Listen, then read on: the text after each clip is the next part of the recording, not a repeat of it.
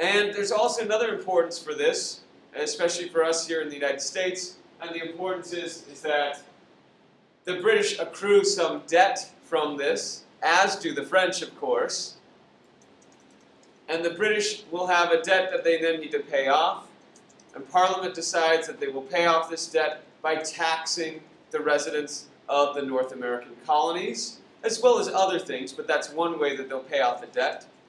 After all, this war was fought in large part to protect the North American colonies, at least the North American part was fought for that purpose, to protect the North American colonies and allow them to expand. So therefore, Parliament passes a series of taxes, including the Stamp Act and the Sugar Act, that are taxing stamps, or basically anything that is printed will have to have a stamp on it, so any newspapers, letters, books will have to buy this stamp or a tax, and also sugar will be taxed as well. The colonists won't like this, and that sets off the whole taxation without representation argument, the Stamp Act Congress. And the colonists will, in 1776, issue a Declaration of Independence. The colonists will be motivated by two things. Number one, their economic interests, right? They don't like being taxed, and they don't like the restrictions of mercantilism, the restrictions that the mother country, Britain, is putting on these colonies. And secondly, they'll be motivated by Enlightenment ideas of representation and the Enlightenment rhetoric of a government of the people that represents the will of the people. And so Jefferson uses the ideas of John Locke in his Declaration of Independence. He talks about life, liberty, and property, or life, liberty, and the pursuit of happiness as natural rights. And the colonists will win that conflict. For our sake, the importance is that the French intervene to help the North American colonists. And this will mean the French will go even deeper into debt. The French have debt from the First War. The French have debt from the Second War, from the War of Austrian Succession, from the War of Spanish Succession, from the War, the 7 Years' War, and they have debt from the time of Louis XIV. And then they'll also have debt now from intervening in the War of American Independence, from sending their navy to aid the American colonists. And so the French monarch, the French government, will be further and further in debt and will be forced to call the Estates General. And just remember the time here. The war ends in 1783 for the colonies.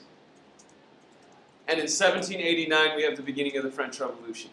So that's 6 years of political problems that lead up, political and financial debt problems for the French government that then lead up to the French Revolution. And we'll see the inspiration of the Enlightenment in the Constitution that the new colonies create. The United States Constitution will have the ideas of Montesquieu, in other words, the ideas of separation of powers. They'll have Republican ideas about how the government should represent the people, so inspired by the ideas of Rousseau. And of course, this government will list very quickly a Bill of Rights that will restrict the powers of government and will say what rights people have. Okay. The enlightened monarchs or enlightened despots we'll discuss quickly. We'll look at three. Frederick the Great is in Prussia. We've already talked about him. How is he enlightened? He expands religious toleration. He reduces torture. He issues a new law code.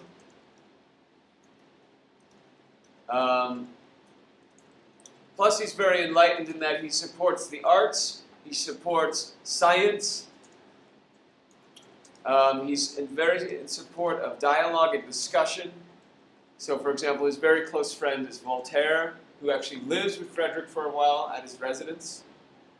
So he's considered very enlightened, right? Frederick himself is a writer, a poet, a composer, so a very well-rounded, enlightened person, certainly in his opinion. How is he not enlightened? He's not enlightened in two big ways. A, if we look at the ideals of the Enlightenment, A, he's not enlightened because he doesn't end serfdom. He perpetuates serfdom. He keeps it in place. And remember, the reason why this is important is because the Junkers, the nobles, support the king, Frederick II, because his ancestors, because the Hohenzollern kings have allowed them to have control over their serfs. So this is the agreement that helped bring the nobles and the king together. Whereas in the West we see nobles and kings as rivals, in the East we see nobles and kings as close allies. And the reason is because they both agree that the serfs will be under noble control. And so in exchange for the nobles controlling the serfs, the nobles will give their loyalties to the king. And so Frederick does not end serfdom. And so for the vast majority of people in the Prussian territories, all of his Enlightenment reforms do not really affect them at all, because most people are serfs. Secondly, he's not enlightened because he uses violence to seize Silesia. He's willing to use warfare. And warfare and violence are things that traditionally Enlightenment philosophers frowned upon. Catherine the Great is the Russian Tsarina, I guess, in the 18th century. She also invites philosophers to Russia. She has discussions with them and letters, exchange of letters. And so she's open to Enlightenment ideas. She does codify some law. She has a law reform. But her talk is better than her action. She does not do many of the things that we see elsewhere. For example, she does not end cruel punishment.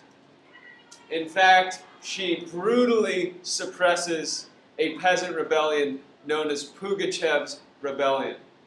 And Pugachev's Rebellion is P-U-G-A-C-H-E-V.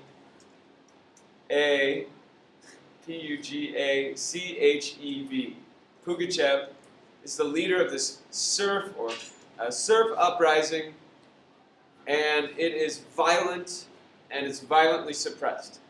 And in the aftermath of this, the condition of the serfs worsens. The nobles use more power to force them into submission.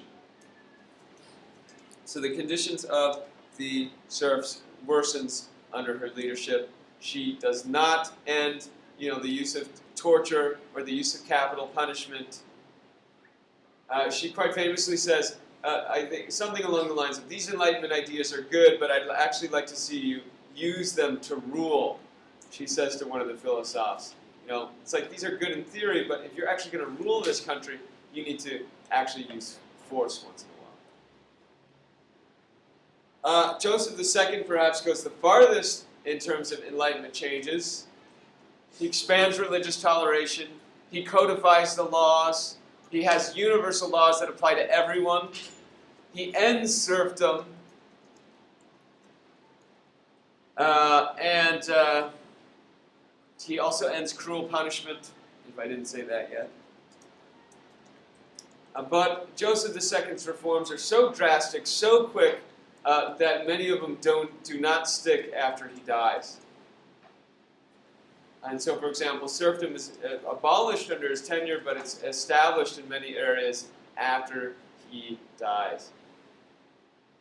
And we'll see that instead of being enlightened, Austria will be one of the most reactionary governments after the Napoleonic Wars. So, in fact, Russia and Austria will have enlightened leaders, more or less, but Catherine doesn't actually implement too many Enlightenment reforms, and the Enlightened reforms of Joseph II will not stick. And what do we call Enlightened reforms after Napoleon, in the age of isms? What do we call them? Which ism? Liberalism. Those are liberal changes, because they're about personal rights.